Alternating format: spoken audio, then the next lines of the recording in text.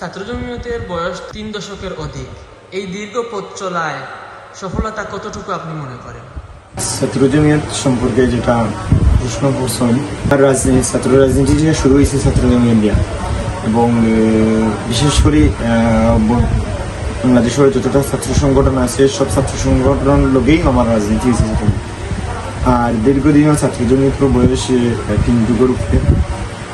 1992 থেকে নিয়ে আপনার ছাত্র জমিয়তের যে যাত্রা শুরু হয়েছে আজ পর্যন্ত, তো ছাত্র জমিয়তের অনেক সফলতা আছে। অনেক সবচেয়ে বড় সফলতা যদি এখন বর্তমান হয়, বা জমিয়তুল উলামা ইসলাম বাংলাদেশের বর্তমান মহাসচিব ছাত্র জমিয়তের দেওয়া উপহার, এবং ছাত্র জমিয়তের যোগ্য নেতৃত্ব তৈরি করছে, এবং আমরা লাখান আরও অনেক মানুষ হল তৈরি করিয়া দিছে যে যোগ্যতা সম্পন্ন সমাজের মানুষ আলিম উলামা প্রায় ম্যাক্সিমাম দেখবা ছাত্র জমিয়তের তাকি বাইরে হয়ে আছে।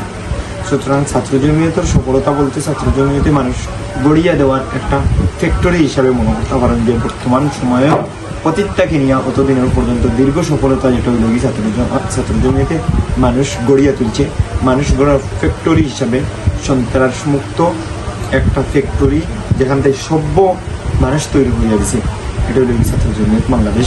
এটা ছাত্র জমিয়তের সবচেয়ে বড় সফলতা, যে অন্যান্য সংগঠনে ক্যাডার ভিত্তিক মানুষ তৈরি করছে, যেটার মধ্যে সন্ত্রাসী চাঁদাবাজি তৈরি করতে পারছে, কিন্তু ছাত্র জমিয়তে ব্যতিক্রমধর্মী সভ্য ভদ্র যোগ্য নেতৃত্ব তৈরি হইয়া আছে, যারা বিভিন্ন প্ল্যাটফর্মও নেতৃত্ব দেয়।